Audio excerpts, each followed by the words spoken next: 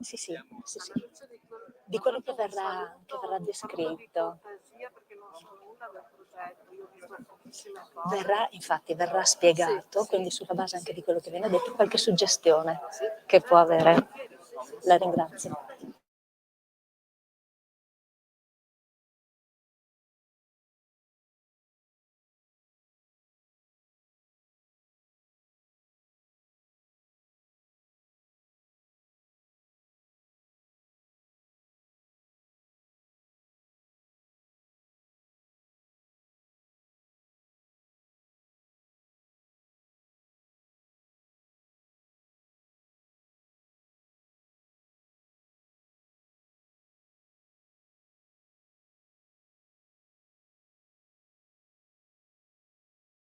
Dell'auditorium Cesare De Michelis del Museo M9.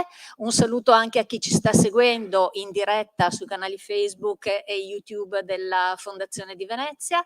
Grazie per essere arrivati a questo evento che rappresenta la conclusione di un progetto, il progetto Non Solo Compiti, grazie al quale la Fondazione di Venezia ha attivato, devo dire con il supporto sostanziale di una rete molto solida e che si è consolidata anche nel corso dei mesi, degli spazi aggregativi per i ragazzi fra gli 11 e i 14 anni sull'intero territorio metropolitano veneziano.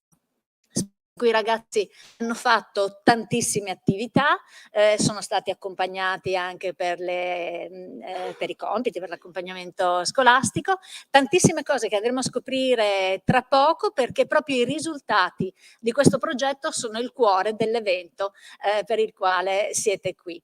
Un evento che chiederei subito al presidente della Fondazione di Venezia, il professor Michele Bugliesi, un'apertura, un saluto istituzionale, un benvenuto a quanti sono qui.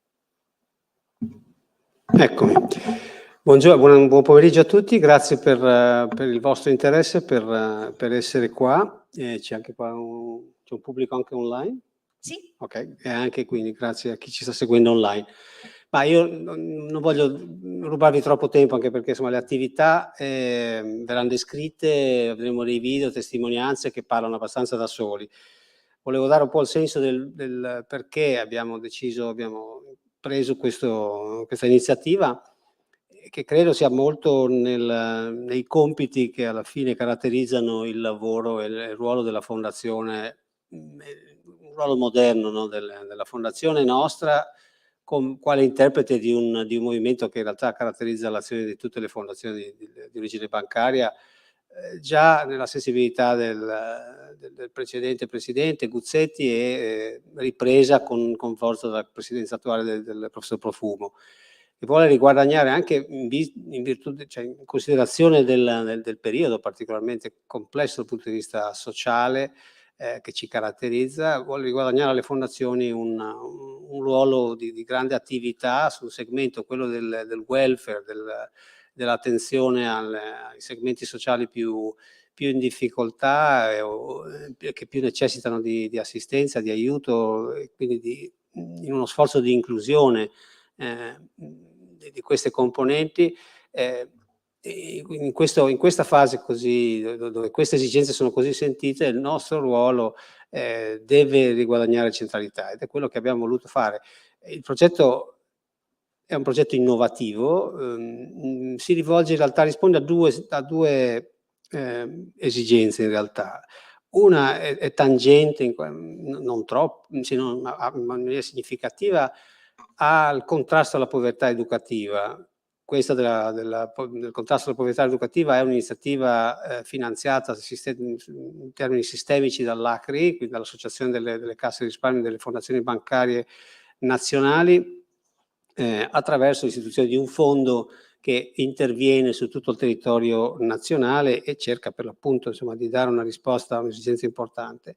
Ma qui non è solamente povertà educativa che andiamo a cercare diciamo, non è solo su questo segmento specifico che andiamo a cercare di intervenire, perché i laboratori Non Solo Compiti sono rivolti anche a una popolazione non necessariamente ha un'esigenza di contrasto alla povertà educativa, perché vogliamo cercare di favorire anche inclusione tra bimbi, ragazzi, ragazze che hanno background diversi e che attraverso questa iniziativa si possono parlare.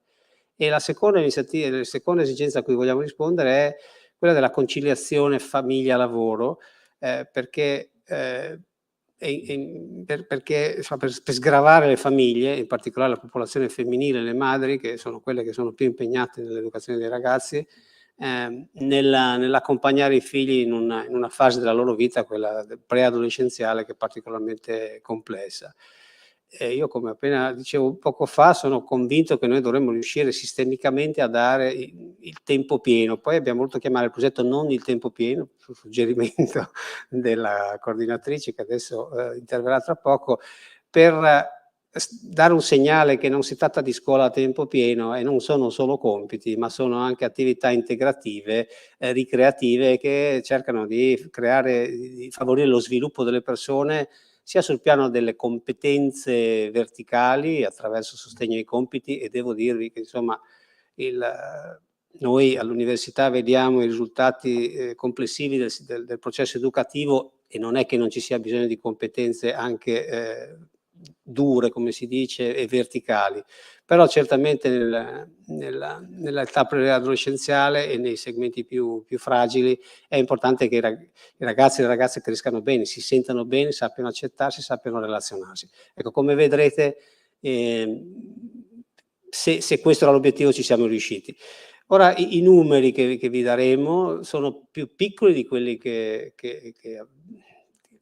sono necessari a dare una risposta sistemica, ma vi devo dire che per aver visto e visitato i luoghi del progetto e parlato con gli interlocutori, le testimonianze che io ho ricevuto, e che sono in parte anche restituite da uno dei video che abbiamo selezionato in modo del tutto arbitrario come il più bello, e quindi mostriamo quello. Erano tutti belli, ma questo era più significativo. Devo dire che anche per uno solo di quei bambini e di quelle bambine questo progetto valeva la pena. Sentire quello che dicono devo dire, emozionante. Io non mi emoziono facilmente, ma veramente quello è toccante. Concludo per ringraziare chi ci ha accompagnato, seguito e supportato, la Regione, con il patrocinio, il Comune, adesso poi cederò la parola, le fondazioni di comunità. Questo lo ritengo un piccolo storia di successo. Abbiamo la Fondazione di Venezia attiva sul territorio nelle 4 aree di San Donà, Portogruaro, area del Milanese e Chioggia, delle fondazioni che chiamiamo appunto fondazioni di comunità, che alimentiamo, la cui attività noi alimentiamo e che hanno poi la loro programmazione, ma con questo progetto hanno risposto alla richiesta di coordinare, di fare un intervento coordinato che può attuarsi solo con la conoscenza delle esigenze e dei vari interlocutori nel territorio. Senza di loro non sarebbe stato possibile. Li ringrazio, i presidenti e tutti gli organi e chi ha accompagnato l'esecuzione, per aver creduto nel progetto, e grazie anche alle associazioni che abbiamo portato a bordo, perché quello è veramente il loro, cioè, gli esecutori ultimi sono loro, sono gli educatori e le educatrici che si sono rapportati con i bambini, le bambine le hanno fatti crescere e accompagnati per un anno. E come vedrete, lo anticipo solo senza togliere la sorpresa, la fondazione, ringrazio gli organi della fondazione che hanno creduto nel progetto, ci continuano a credere. Il progetto vogliamo replicarlo, estenderlo e proporla come una buona pratica, una best practice, che possa estendersi, se non a tutti i ragazzi e le scuole del territorio metropolitano e o regionali, certamente in una dimensione sufficiente a rispondere in modo significativo all'abbandono scolastico e a tutte le difficoltà che affliggono alcuni segmenti della popolazione. Grazie anche a tutti gli insegnanti alle scuole che sono state coinvolte, credo di non aver mancato a nessuno, cosa che normalmente mi succede, mi scusi d'anticipo e vi ringrazio di nuovo per essere qui. Grazie. Grazie al professor Michele Bugliesi, presidente della Fondazione di Venezia, per questa introduzione che vi ha dato alcuni degli elementi sostanziali della filosofia di questo progetto. Adesso avremo modo anche, qualora, Presidente, ci fossimo dimenticati qualcuno, comunque una persona che non parlerà è Agar Brugiavini, che è lì, che ha coordinato sul piano scientifico l'intervento, e la ringrazio. Scusami, Agar. Sì, i soggetti effettivamente sono tanti, ricordarli tutti, sarebbe opportuno, ma non sempre si riesce, un po' anche per l'emozione del momento, un po' perché sono veramente un sistema, una rete che ha funzionato molto bene, quindi vediamo allora di entrare nel cuore di questo progetto, lo facciamo con 2 voci. Si tratta della coordinatrice del progetto Non Solo Compiti, Monica Nobile, e del referente per il monitoraggio e la valutazione di questo progetto, che è Giorgio Monti. L'invito al podio. Saranno 2 voci che si alternano e vi racconteranno nel dettaglio che cosa è accaduto.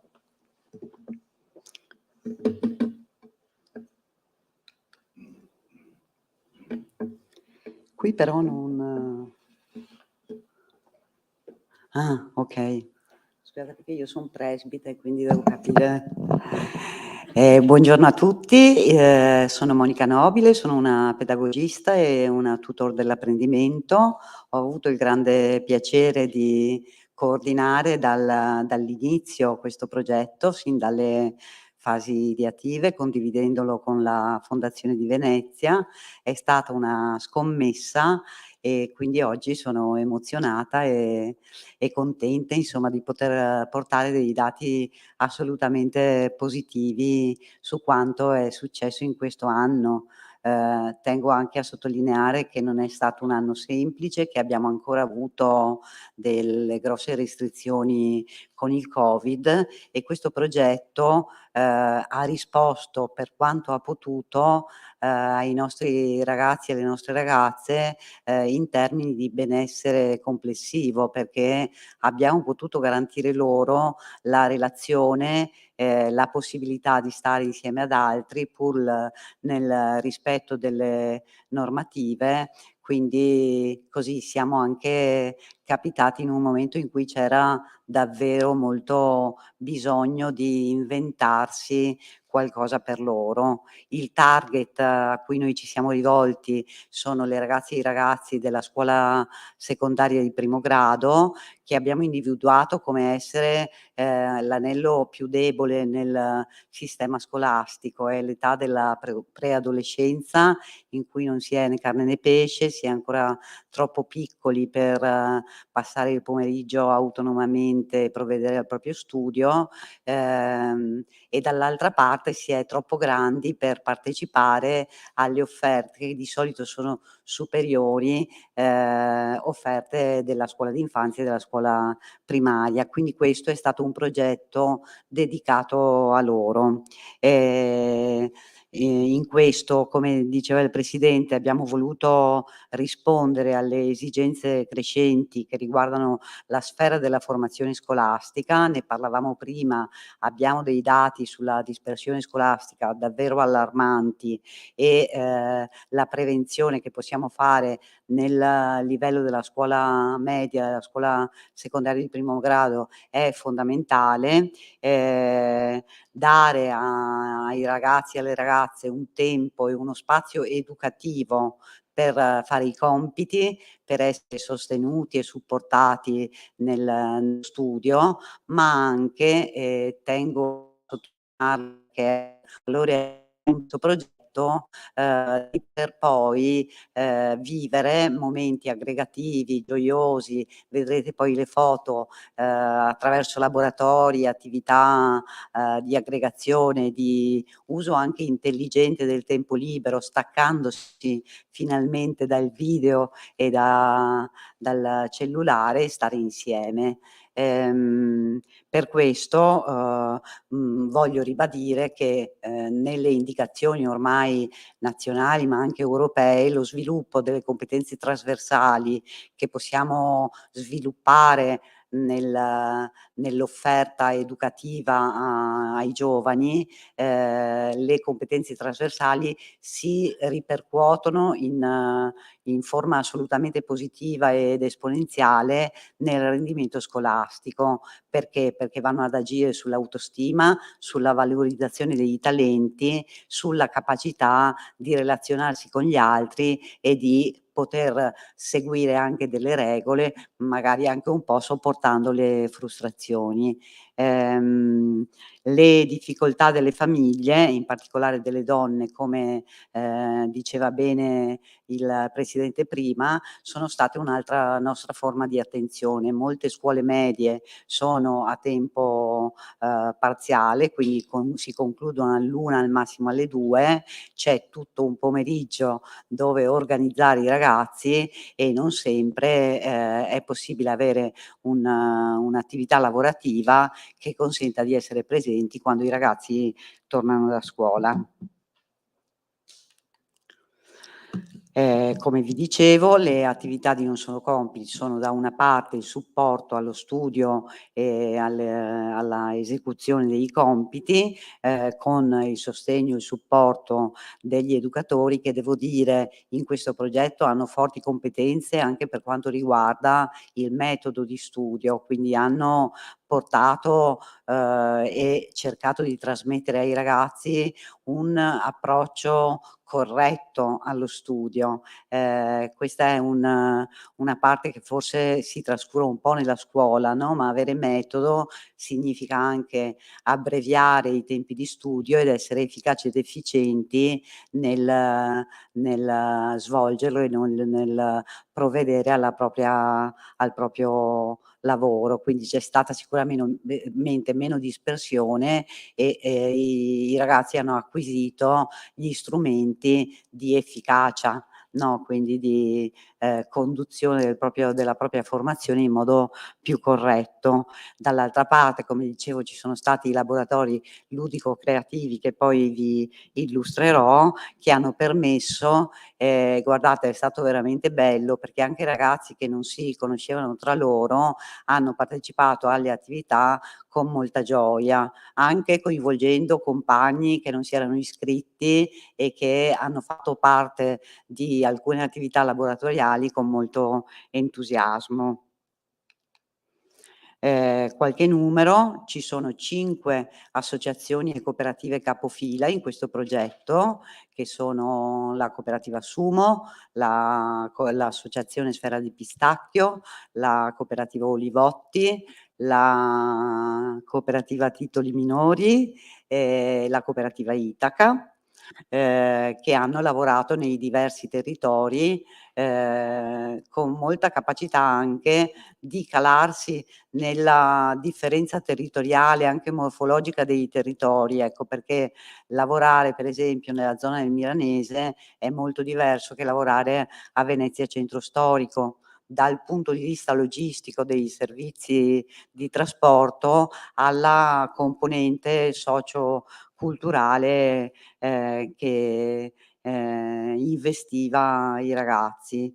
Hanno lavorato complessivamente 25 educatori. Ci ha fatto molto piacere che siano state coinvolte anche le università, che ci hanno dato la possibilità di avere con noi 6 tirocinanti. Sono l'Università di Venezia, Ca' Foscari, l'Università di Padova con Scienze della Formazione e dell'Educazione, l'Università di Verona, sempre con la Facoltà di Scienze dell'Educazione, e l'Università di Trieste. Quindi man mano che lavoravamo la nostra rete si è ampliata. In totale abbiamo svolto 885 giornate di attività, sono stati coinvolti 250 studenti che si sono iscritti al progetto e complessivamente abbiamo svolto 1300 ore dedicate ai laboratori.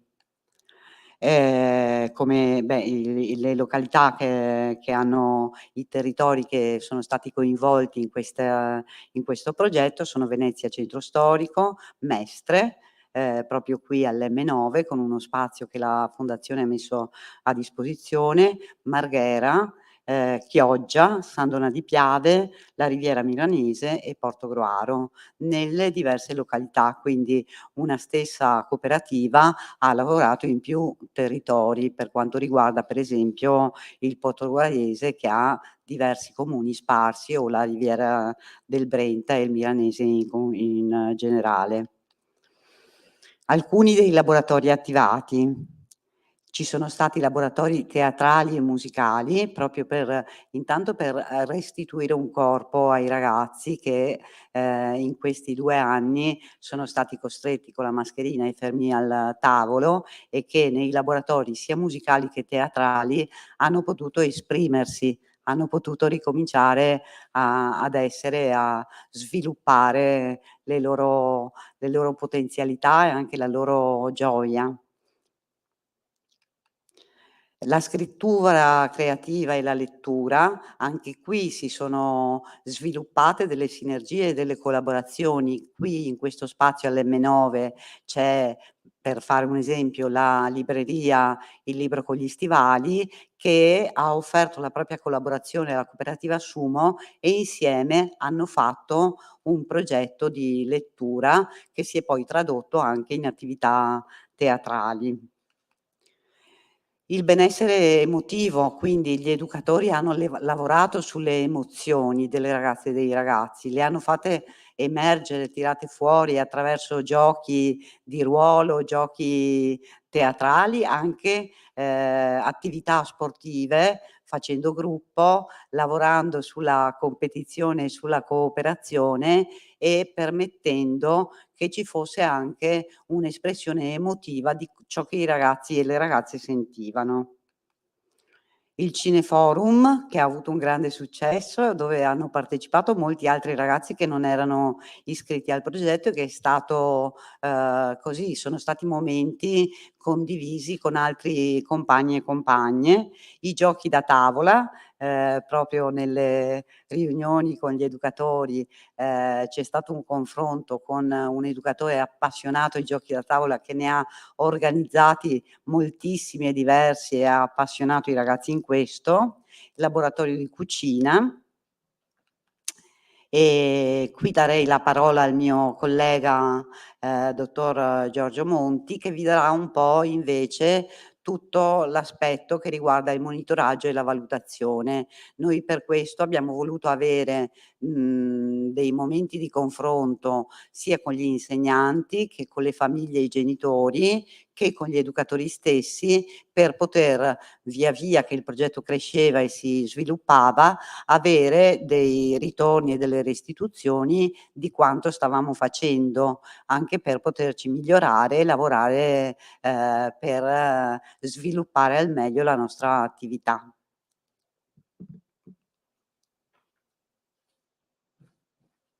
Grazie Monica. E appunto mi presento, sono Giorgio Monti, sono un assenista di ricerca all'Università Ca' Foscari.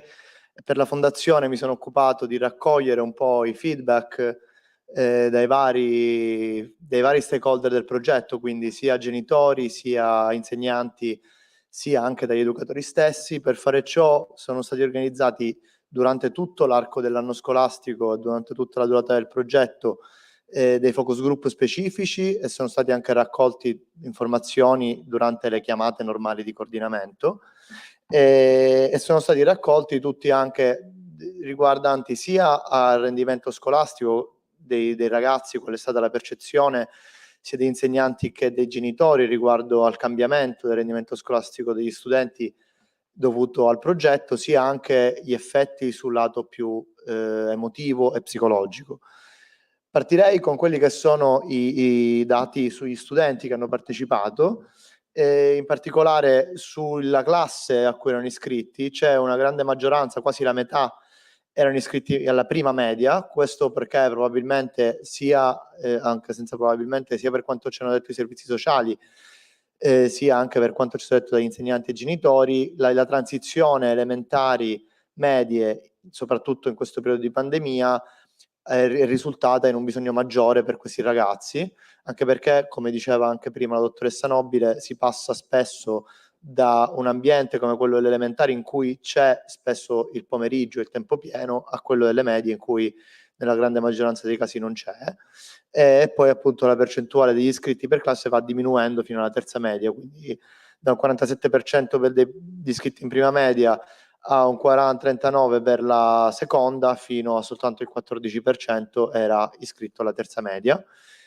Per quanto riguarda il genere, il sesso degli studenti era più o meno paritario, con una leggera maggioranza femminile, questo non è stato omogeneo per i territori, abbiamo visto dei territori in cui c'è stata una grossa maggioranza femminile, altri in cui invece, penso ad esempio a Chioggia, mentre altri casi in cui era molto più equilibrato.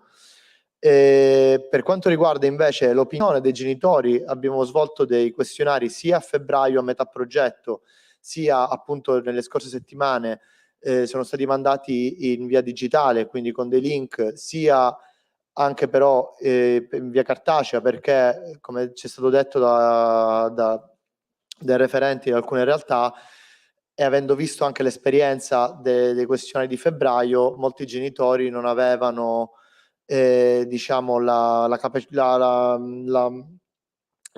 l'abilità, o comunque non riuscivano a farlo in maniera digitale, non avevano gli strumenti, quindi preferivano compilarlo in maniera cartacea.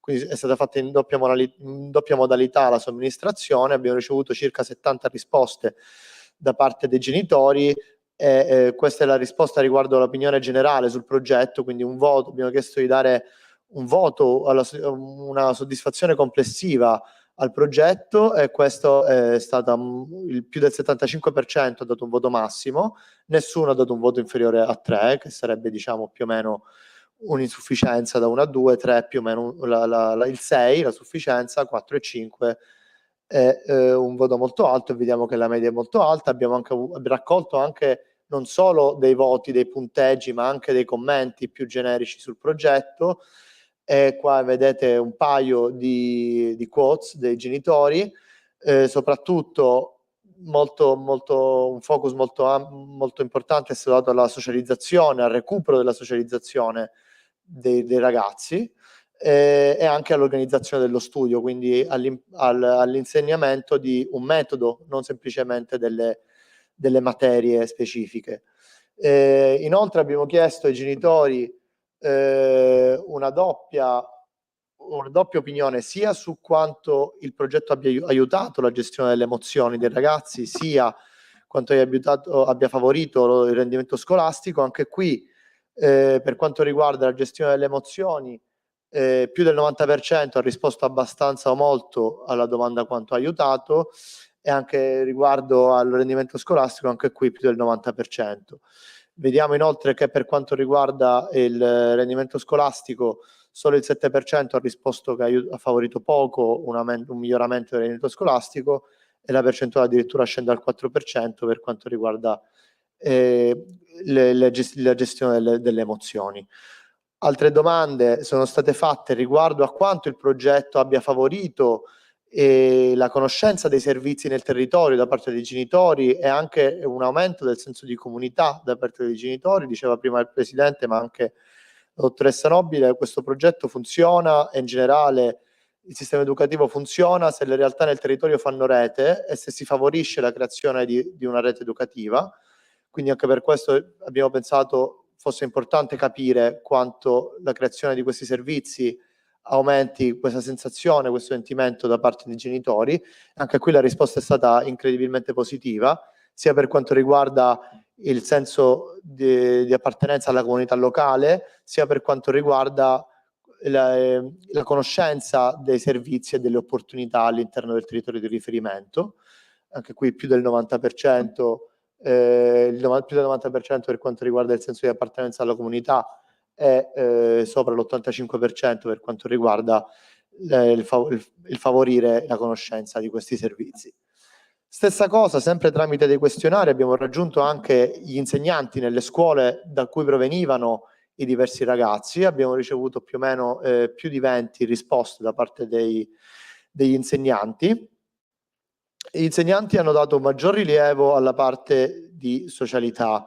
Rispetto ai genitori, nel complesso hanno dato un voto leggermente più basso, ma anche qui la sensazione è che sia stato molto apprezzato anche dagli insegnanti.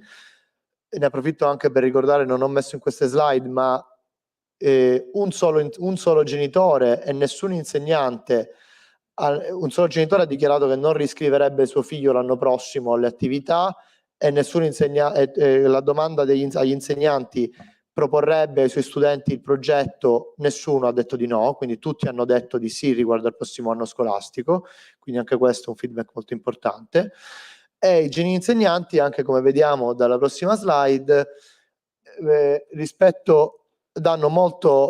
pongono molto l'attenzione su quanto l'attività abbiano favorito la serenità e la gestione delle emozioni da parte degli studenti, più del 90%. Se guardiamo invece a quanto giudica migliorato il rendimento dei studenti grazie a non solo compiti, qui abbiamo un buon 50% che dà un punteggio di 4 su 5, nessuno dà un punteggio di 1 o 2, però un 40% dà un punteggio di 3 su 5, quindi gli insegnanti vedono di più gli effetti su quanto concerne la parte emotiva e di socialità. Come vediamo qua. L'ultimo punto, l'ultimo questionario le ultime opinioni sono state raccolte invece quelle degli educatori stessi che hanno fatto le attività, anche qui per capire quanto il progetto sia stato apprezzato da chi ci lavorava effettivamente e chi lavorava con gli studenti. Qui abbiamo chiesto principalmente quanto ritiene di aver rafforzato i rapporti con le organizzazioni sul territorio, e anche qui le risposte sono state molto buone. Più del 70% ha dichiarato di aver rafforzato i propri rapporti con le organizzazioni sul territorio, e anche qui abbiamo chiesto quanto abbia favorito il progetto, il lavorare al progetto, il senso di appartenenza alla comunità locale, e anche qui l'80% addirittura ha dichiarato che vuol dire poi alla fine hanno risposto 20 educatori, quindi 16 educatori su 20 hanno risposto abbastanza molto di aver migliorato il proprio senso di appartenenza alla comunità locale. E anche qui sempre facendo riferimento al discorso di prima della creazione di rete educativa.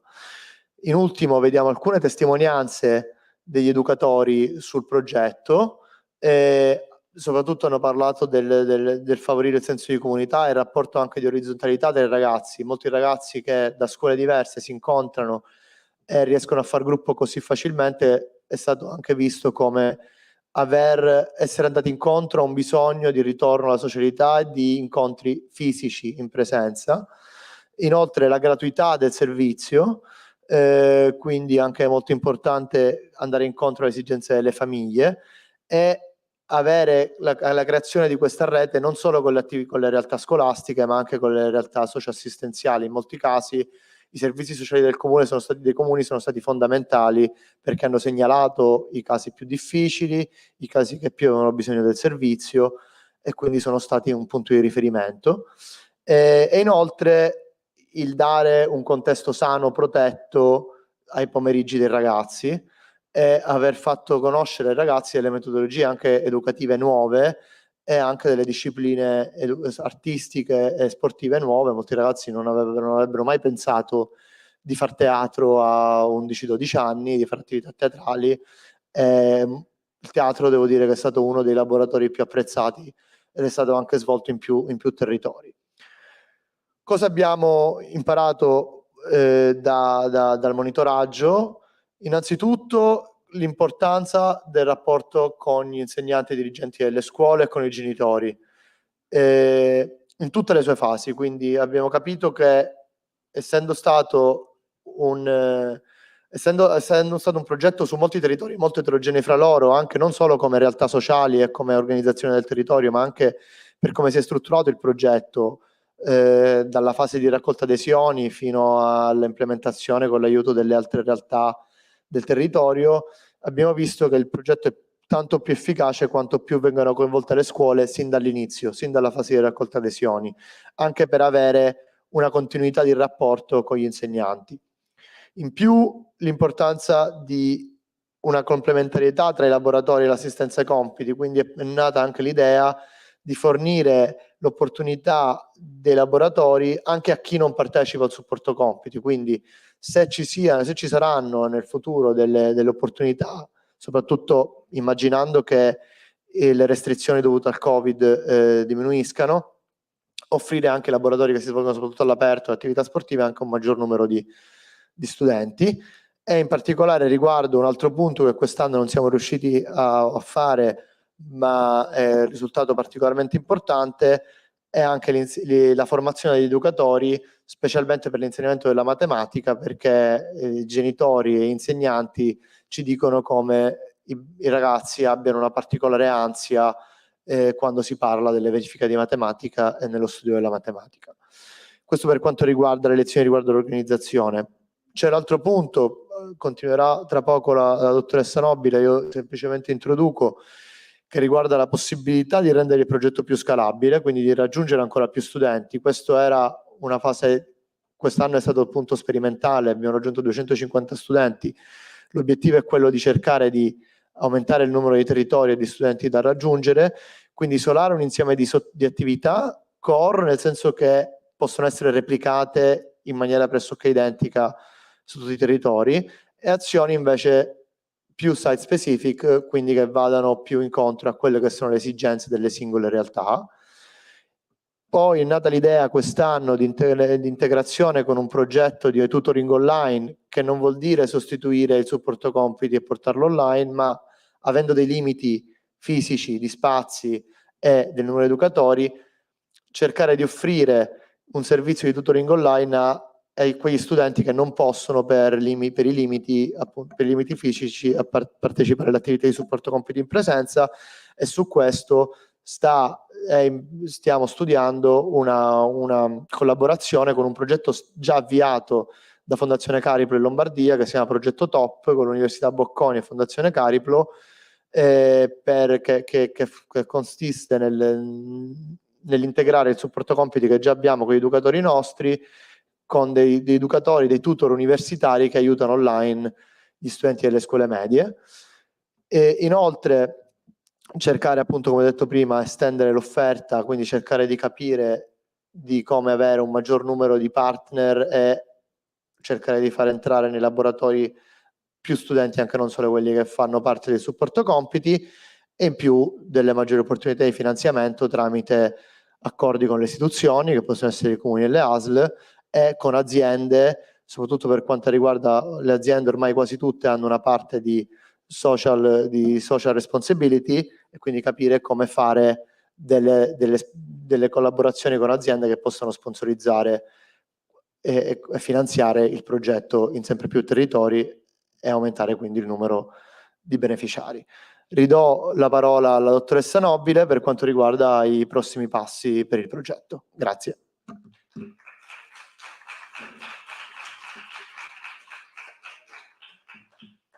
Ecco, noi ci siamo, qui ci sono, li sto vedendo, molti degli educatori che hanno lavorato in modo eccellente,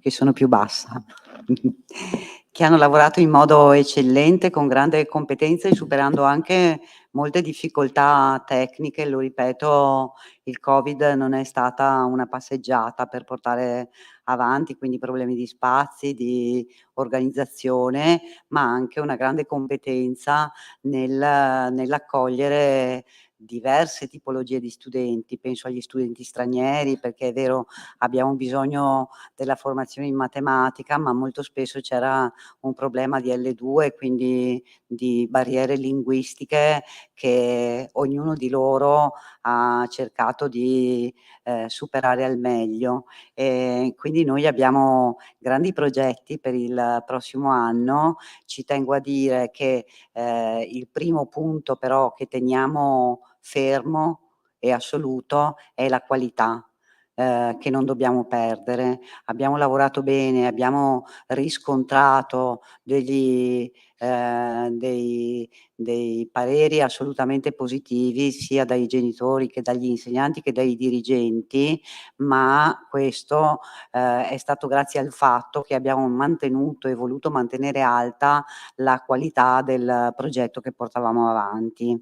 E quindi i nostri obiettivi sono sicuramente di proseguire con questo dialogo che si è aperto con il progetto TOP, che, ci tengo a dire, non va a sostituire il rapporto in presenza, che è fondamentale, però offre la possibilità di avere un tutoraggio in altri momenti, soprattutto per preparare le interrogazioni e le verifiche, dove i ragazzi hanno anche bisogno di svolgere uno studio individuale. Ecco, tengo a dire che questo non cancellerà la presenza esperienza, sarà un'implementazione che è molto interessante, che ci potrà permettere di aggregare e coinvolgere un maggior numero di studenti, che è adesso in fase di colloquio, di verifica, ma che sarebbe molto bello poter attivare nel futuro. L'esperienza dell'accoglienza dei tirocinanti delle università è stata assolutamente positiva, sia per noi che per loro.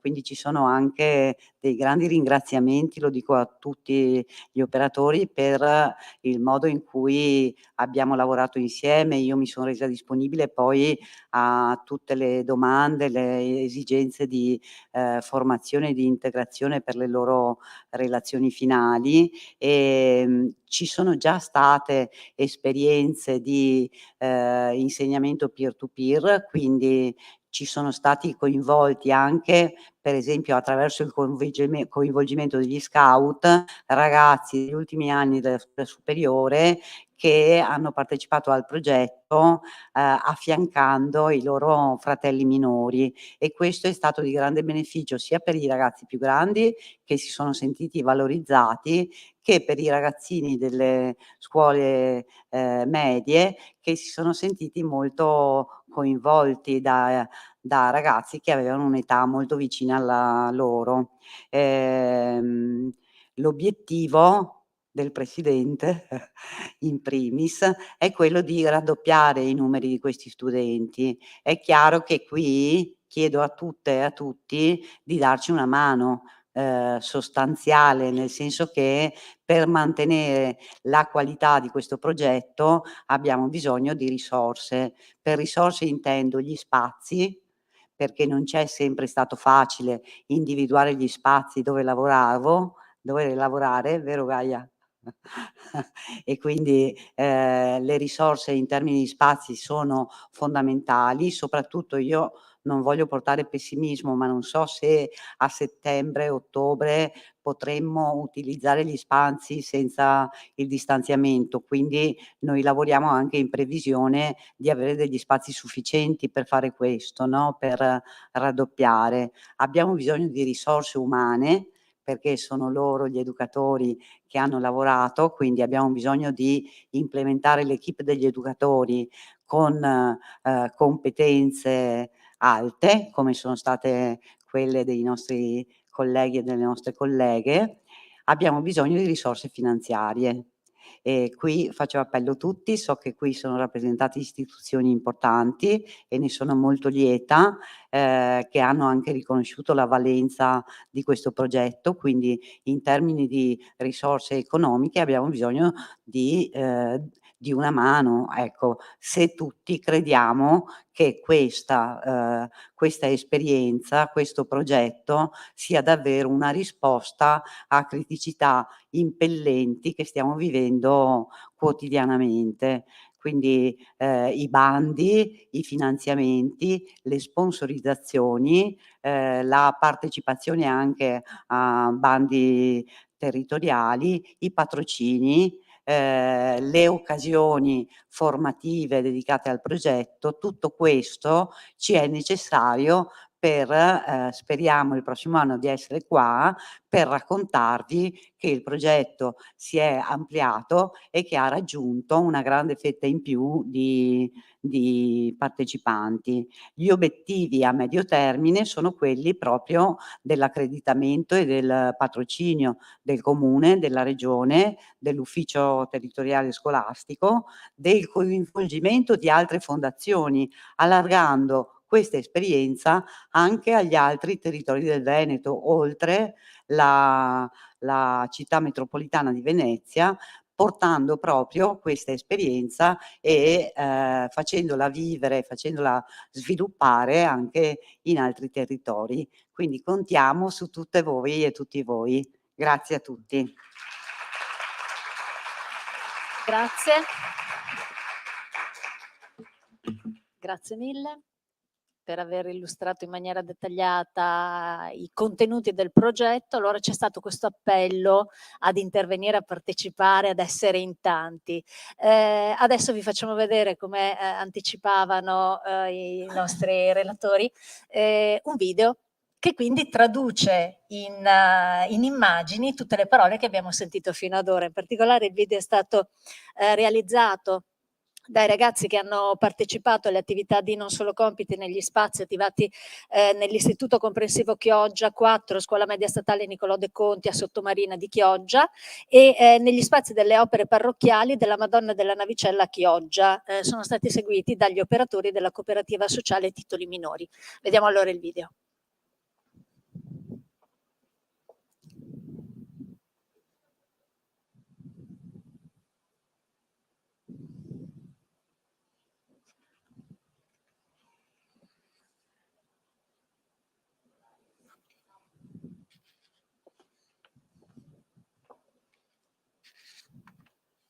Abbiamo un problema con l'audio, credo, vediamo se riusciamo a recuperarlo.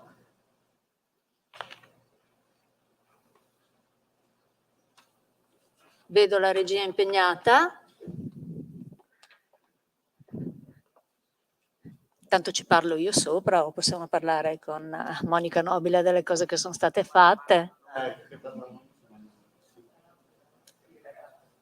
Allora, magari possiamo sospendere per un attimo il video, lasciamo alla regia modo di sistemare le cose. Ci teniamo, se siete d'accordo, il video come ultima cosa, quindi anticipo le riflessioni che possono essere fatte dalle istituzioni in merito a quanto abbiamo sentito, non ancora visto ma sentito. Abbiamo visto qualche immagine comunque rappresentativa. Partirei dal Comune di Venezia, che è stato una delle istituzioni che ha patrocinato questa prima edizione del progetto. Ho vicino a me l'assessore Simone Venturini, assessore alla coesione sociale del Comune di Venezia. Coesione sociale, direi, assessore, che questo è un esempio assoluto di coesione sociale, quindi ci troviamo in perfetta sintonia. Grazie, buongiorno a tutti. Sì, assolutamente, grazie Presidente, grazie alla Fondazione di Venezia. È assolutamente un esempio di coesione sociale compiuta, è una parola forse abusata ultimamente, ma quando l'ho scelta per il nome dell'assessorato 7 anni fa non era ancora così abusata. E prima si chiamava sicurezza sociale, poi politiche sociali, e secondo me dava sempre un'immagine di un comune un po' da solo in cima. La parola coesione racconta più un'esperienza orizzontale, racconta più un'esperienza di intreccio, come una trama e un ordito. Parlavamo di trasversalità, esatto, prima, verticale e orizzontale insieme, che poi sono quelli che fanno resistente il tessuto, anche all'acqua, alle intemperie, al freddo, al caldo. È questa trama, questo ordito che stanno insieme, si leggono insieme. D'altronde coesione viene dall'esperienza latina, dalla parola latina, no? Tutto ciò che è strettamente unito, stretto. In questo caso la scuola si è stretta intorno a una fondazione di origine bancaria, quindi insomma che negli anni ha nelle sue corde e ha avuto nelle sue corde l'importanza di dare risorse al territorio e attivare le risorse che sono nel territorio, e continua a farlo, e il comune, le famiglie, le parrocchie, i corpi intermedi. È un esempio anche di sussidiarietà pienamente compiuta. Si è riusciti a attivare ciò che di buono c'è nel territorio aggiungendo qualcosina, no? E questo ha fatto in modo che si arrivasse a raggiungere così tanti ragazzi, così tante famiglie. Il tema della povertà educativa è una delle emergenze che il nostro paese deve affrontare. È un tema subdolo, è un'emergenza latente, non se ne discute poco, non fa notizia, una sparatoria fa notizia. Una costante e grande disaffezione dei ragazzi da alcune esperienze, quello della lettura, quella dell'essere a casa con la famiglia, poter fare una crescita culturale, a vedere un film insieme.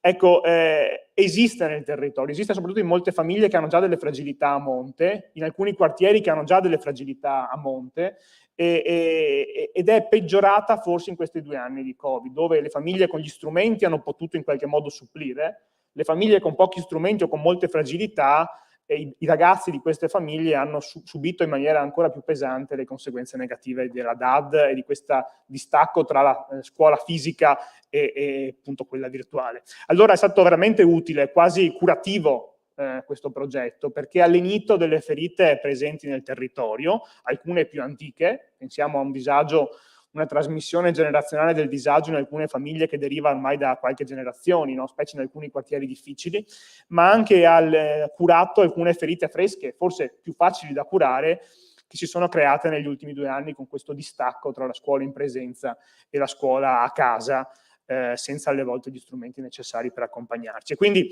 davvero un'esperienza importante che noi abbiamo sostenuto anche con gli invii delle persone, perché il lavoro è quello anche di far sì che questa esperienza sia divulgata a sufficienza e sia in qualche modo inclusiva il più possibile, che nessuno ne resti escluso, e che chi vuole partecipare e chi ne ha diritto e chi ha voglia possa parteciparvi. Quindi ovviamente è una collaborazione che cogliamo anche per il prossimo anno, e trovando altri spazi, magari ragionando ulteriormente con un ulteriore rafforzamento del rapporto e del dialogo tra servizi sociali e appunto il mondo educativo che ha creduto in questa rete, ma soprattutto con l'obiettivo di non dare nozioni. Questo insomma non credo che serva questo progetto, serve per dare strumenti e tenere accese delle luci, delle fiammelle che poi possano diventare ancora più grandi quando intercettano la giusta occasione, il giusto momento opportuno. Quindi davvero un progetto importante, perché ha creato e ha dato strumenti nelle mani dei nostri ragazzi, e sicuramente nell'astuccio di queste persone, ecco, c'è uno strumento in più se non altro, e possono usarlo al meglio. Grazie.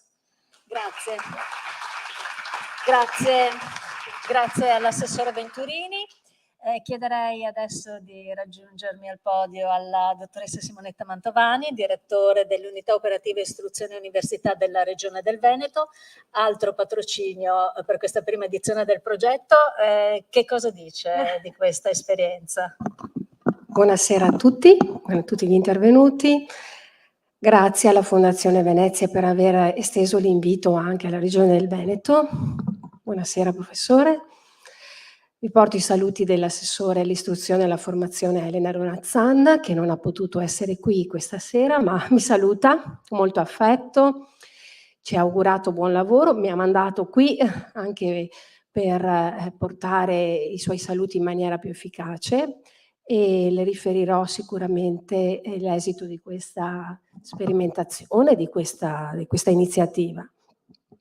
Ecco, è difficile ovviamente intervenire quando chi mi ha preceduto, diciamo, ha spiegato il progetto in maniera già così esaustiva.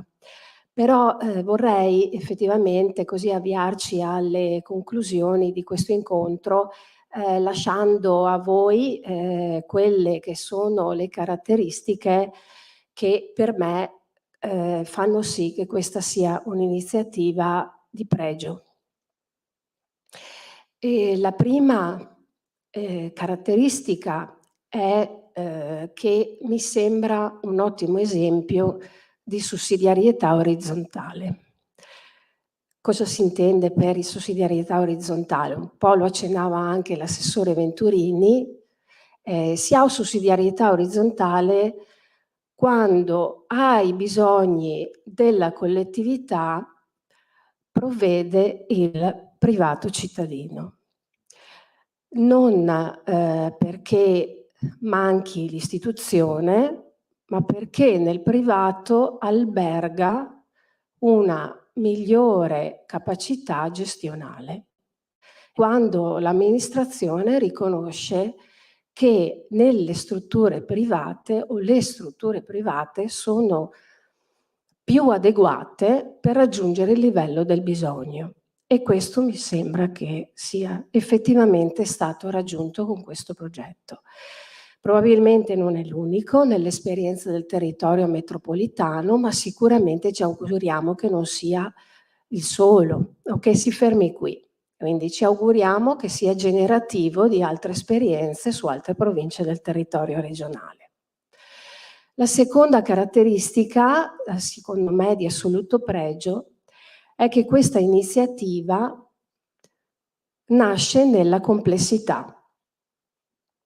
Non nella complessità intesa nel senso che non è nato sperimentalmente in un luogo solo, non si è sperimentato solo nel centro storico, si è sperimentato in più contesti territoriali nella città metropolitana, con questo secondo me facendo leva a delle capacità di management, se vogliamo dire così, importanti dell'organizzazione, della fondazione, delle cooperative che hanno contribuito alla realizzazione di questo progetto, e credetemi, a volte i progetti falliscono perché le capacità organizzative non ci sono.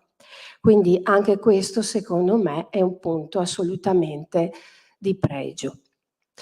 Il terzo elemento che volevo sottolineare, al quale effettivamente tengo molto, è quello che afferisce al contenuto dell'iniziativa.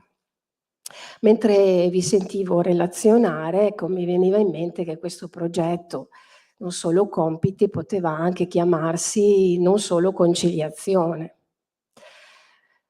perché non si è caratterizzato semplicemente per il fatto di portare il proprio figlio in un luogo fisico, lasciandolo e sgravando la famiglia dalla cura, dalla custodia e tornando a fare le proprie attività quotidiane.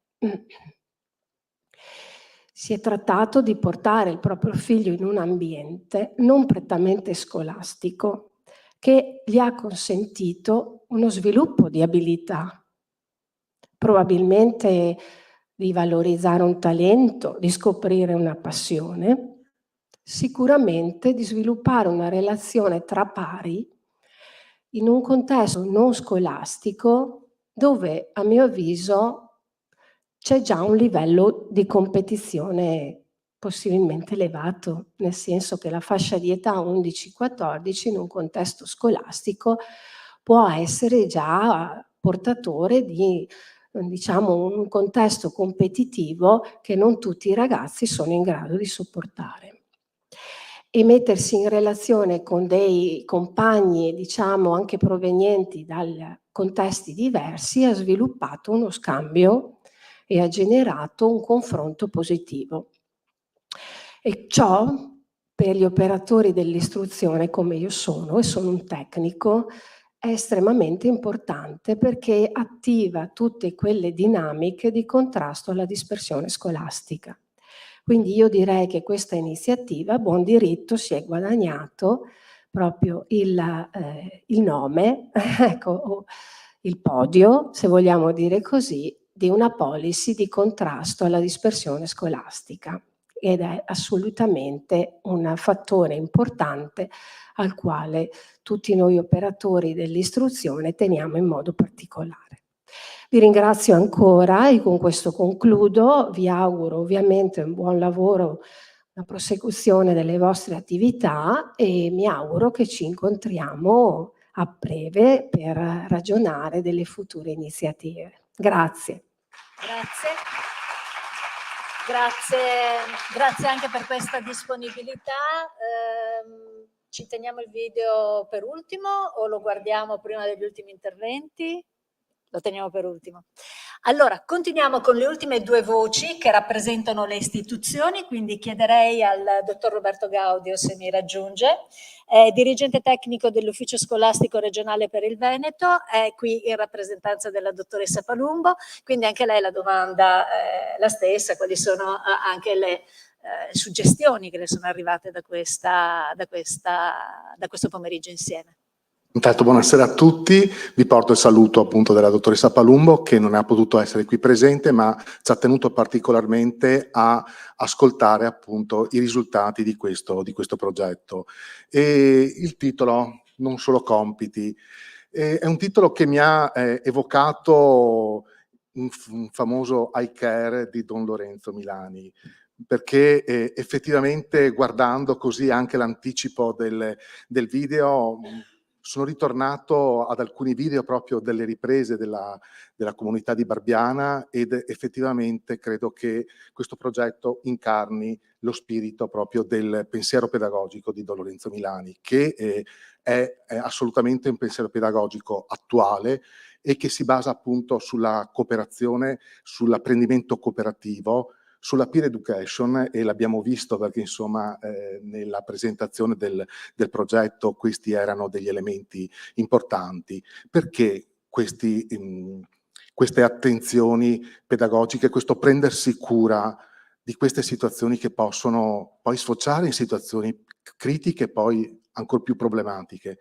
perché il territorio, attraverso appunto la capacità di fare rete, è in grado di proprio di attivare una rete di prevenzione che può veramente supportare le situazioni che possono essere così borderline, ma situazioni non solo borderline sul piano degli apprendimenti, ma soprattutto, come è stato messo bene in evidenza, sul piano delle abilità sociali, sul piano delle abilità, delle competenze trasversali che sono fondamentali poi per l'apprendimento e per il successo formativo. Noi abbiamo dei dati che ci vengono restituiti dalle rilevazioni nazionali che vengono fatte dal Ministero dell'Istruzione. Penso alle prove Invalsi che si stanno concludendo in questi giorni e che ci restituiscono un sistema scolastico che è in crisi, in cui effettivamente a livello nazionale le competenze di base nella lingua italiana, negli apprendimenti matematici e nell'apprendimento della lingua inglese purtroppo evidenzia delle criticità. Il Veneto come territorio ancora riesce a mantenere un livello abbastanza elevato di competenza, però abbiamo già con i dati dello scorso anno visto una lieve flessione, quindi questo ci ha fatto in qualche modo, come dire, attivare una serie di campanelli d'allarme.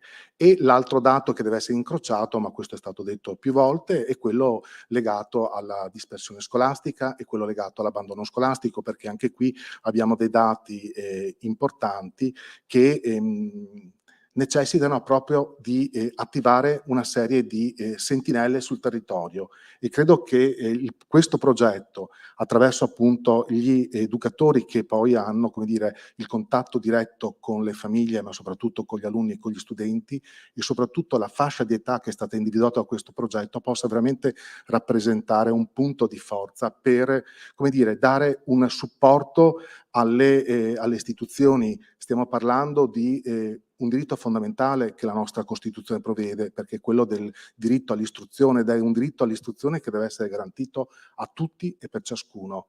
E qui insomma ritorna sempre anche Don Lorenzo Milani.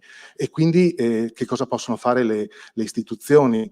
Sicuramente il punto di forza di questo progetto è quello di saper far rete, e quello di coinvolgere direttamente le istituzioni scolastiche, i dirigenti scolastici, ma soprattutto vanno coinvolti ancora di più gli insegnanti, perché gli insegnanti che lavorano a contatto diretto con gli studenti di questa fascia di età sono veramente in trincea. Io sono dirigente tecnico dell'ufficio scolastico regionale, l'ispettore, quello che va nelle scuole quando c'è un problema. Quando arriva l'ispettore di solito c'è sempre un problema, e spesso noi ci troviamo all'interno delle classi ad osservare le dinamiche che si sviluppano nelle classi. È proprio in questa fascia d'età, 11-14 anni, che le necessità proprio di formazione del personale devono essere maggiormente supportate, perché spesso non ci sono proprio gli strumenti adeguati e sufficienti proprio per far fronte ai bisogni educativi, al bisogno di prendersi cura di, il famoso I care, che gli studenti, gli alunni di questa fascia d'età stanno in qualche modo manifestando, perché poi è una manifestazione di attenzione che richiedono gli studenti, e credo che questo progetto vada proprio in questa direzione. Quindi sicuramente l'ufficio scolastico regionale per il Veneto per il prossimo anno sarà veramente a vostro fianco per supportare, come potremmo fare, ma per supportare questa importante iniziativa. Grazie a tutti e grazie alla Fondazione Grazie, Venezia. grazie ancora. L'ultima voce istituzionale è quella della senatrice Orietta Manin, della Commissione Cultura, Istruzione e Diritti Umani del Senato della Repubblica. Quindi una voce che a volte ci sembra un po' lontana, perché il Senato della Repubblica non è nel nostro territorio. Lei invece parte di questo territorio, quindi ha avuto modo di conoscere un'esperienza che magari può arrivare anche al Senato. Vediamo quali sono le... Assolutamente sì, buonasera a tutti, grazie per questo invito, grazie Presidente e grazie a tutti coloro che ci hanno lavorato con grande impegno. In realtà io non mi sento lontana, io sono un'insegnante, ho insegnato 30 anni qui a Marghera in un istituto di formazione, ho amministrato in un comune della città metropolitana, conosco bene le dinamiche e Sono convinta che quello che è stato detto finora è estremamente vero, la povertà educativa, il disagio, l'abbandono, eccetera, sono problemi concreti, importanti, per i quali bisogna agire con azioni concrete e vere. Dico questo perché abbiamo visto tante iniziative che non hanno portato buoni frutti. Credo che questo progetto invece stia dimostrando e abbia dimostrato l'efficacia di un progetto diverso. Non vuole essere soltanto un doposcuola, non vuole essere soltanto un babysitteraggio, vuole essere qualcosa di più. Perché i nostri ragazzi a questa età hanno bisogno di questo qualcosa in più. Mi sono sempre chiesta perché finché sono alle primarie, che noi chiamiamo ancora elementari, sono deliziosi, e poi quando invece arrivano a quella che io ancora chiamo scuola media, ma secondaria di primo grado, si trasformano in quella percentuale che voi avete dimostrato chiaramente, che solo al terzo anno il 14% aderisce al progetto, c'è già una risposta. Si credono grandi. Si credono grandi, li facciamo sentire grandi, adulti, ma non lo sono. Hanno bisogno di essere accompagnati, perché proprio a questa età la fragilità è la più profonda e l'abbandono scolastico e la difficoltà degli apprendimenti, soprattutto delle discipline STEM, la matematica, fa ancora paura. E i dati che noi abbiamo e che leggiamo ogni giorno in commissione testimoniano questo. Ho sempre pensato che la scuola italiana, soprattutto per la scuola elementare e primaria, fosse la scuola di eccellenza. Ne sono convinta. Ci sono delle situazioni meravigliose, di grande, grande valore. Ma si è fatto poco, a mio avviso, per quella che ancora molti di noi chiamano la scuola media. Bisogna fare molto di più, non a caso i college e la scuola anglosassone punta moltissimo nel tempo pieno in questa fascia di età. Ed è difficile perché in Italia noi abbiamo soltanto il progetto della scuola musicale, il progetto musicale, la scuola che ha indirizzo musicale, non basta. Dobbiamo tenere a scuola i ragazzi di più, ma non soltanto a far scuola, a fare anche altro. E allora ben vengano iniziative dove si possa interagire con progetti come questo della Fondazione. Va benissimo, magari si facesse ovunque e per lungo tempo, ma so che ci sono problemi di spazio e allora io sostengo la richiesta: gli enti locali mettano a disposizione gli spazi, perché se non ci sono gli spazi non si può fare programmazione, si trovino le sinergie per trovare gli operatori, perché non possiamo mettere con questi ragazzi in questa età, in questa fascia di età, adulti troppo adulti, insegnanti troppo insegnanti, o ragazzini troppo vicini per età. Ci vuole l'educatore che ha una formazione particolare, perché in questa fascia di età noi costruiamo il nostro futuro, mettiamo le fondamenta. Lì c'è l'integrazione. Io abito qui a Mestre, in un quartiere dove la popolazione è una popolazione che è cambiata negli anni. Più del 70% dei ragazzini che frequentano la secondaria di primo grado provengono da famiglie straniere. E quindi il bisogno di avere anche mediatori culturali e quindi preparazioni linguistiche diverse, perché dobbiamo interagire in questo senso, far sì che siano ricchezze quelle che portano e non inferiorità, diversità sentite come una difficoltà. E soprattutto mi permetto, essendo in Commissione Diritti Umani, dove mi sto occupando anche di situazioni difficili, come sapete, i profughi dell'Ucraina, i bambini che arrivano, che hanno bisogno di integrazione, eccetera, e le bambine, questi progetti hanno un valore enorme per l'autostima di queste bambine e di queste ragazzine, che se arrivano accompagnate dai genitori a finire la scuola dell'obbligo e poi magari iniziano quella che chiamiamo scuola superiore e poi spariscono. Allora autostima, competenza, capacità, tutto questo fa parte di un processo molto complicato. Servono risorse, servono persone preparate, serve l'azione di tutti tutti i soggetti che possono portare questo valore aggiunto, e credo che questo progetto lo abbia dimostrato. Quindi un grazie da insegnante, da senatrice della Commissione Cultura e Istruzione, dove si parla moltissimo di povertà educativa, dove parliamo continuamente, però sapete tutti le difficoltà, perché investire nella scuola, investire nel sociale, investire in un futuro diverso e soprattutto nei nostri giovani vuol dire avere il coraggio di fare scelte del presente, e non sempre è possibile. Io mi auguro che lo sia sempre di più. I miei complimenti, grazie per il lavoro che state facendo. Presidente, se lo estende a tutti e 4 i comuni della città metropolitana, veramente onore al merito. Grazie ancora. Grazie. Grazie. Grazie anche alla senatrice Manin.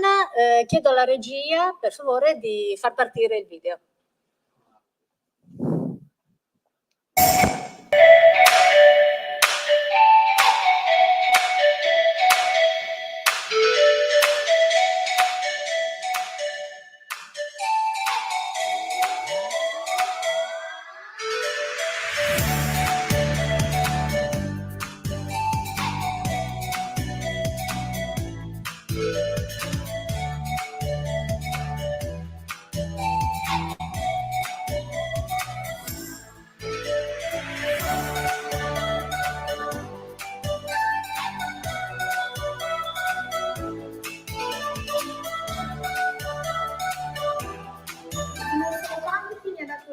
Mi ha insegnato quanto è importante condividere, mi ha fatto diventare più sociale, mi ha fatto avere più amicizie, mi ha fatto conoscere più le persone, e inoltre sono contenta perché abbiamo fatto nuove esperienze come teatro e Vera, che faremo fra poco.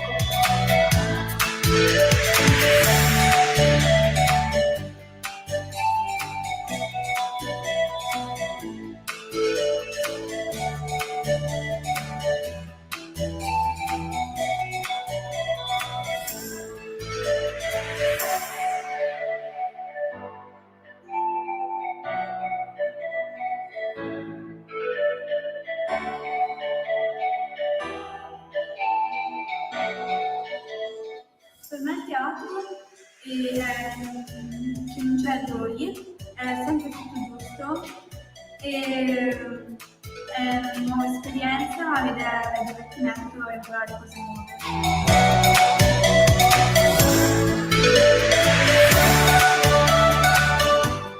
Ho scoperto di essere amata e di aprirmi alle persone.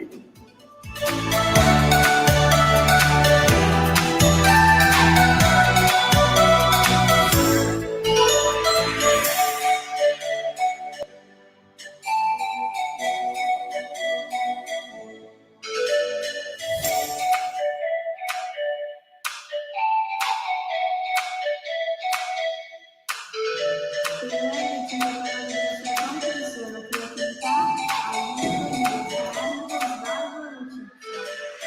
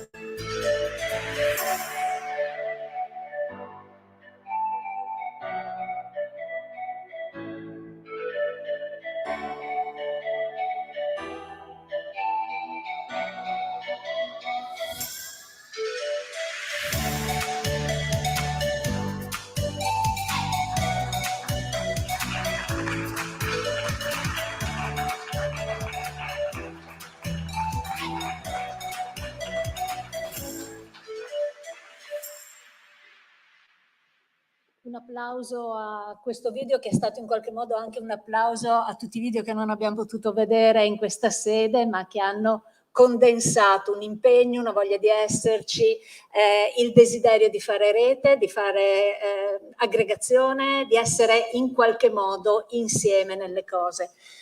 Questo è un po' la sintesi di quello che è stato il primo anno di Non Solo Compiti, un impegno che abbiamo sentito è stato sottoscritto in qualche modo anche dalle principali istituzioni del territorio, con le quali vogliamo continuare a camminare a questo punto in maniera anche sempre più solida, allargando la rete. Credo che possiamo chiudere questo evento ringraziando voi che siete qui, chi ci ha seguito attraverso le dirette Facebook e YouTube, e ci farebbe piacere, se fa piacere anche a voi, chiudere davvero questo evento con un aperitivo insieme. Quindi vi aspettiamo nel foyer del teatro per continuare a chiacchierare.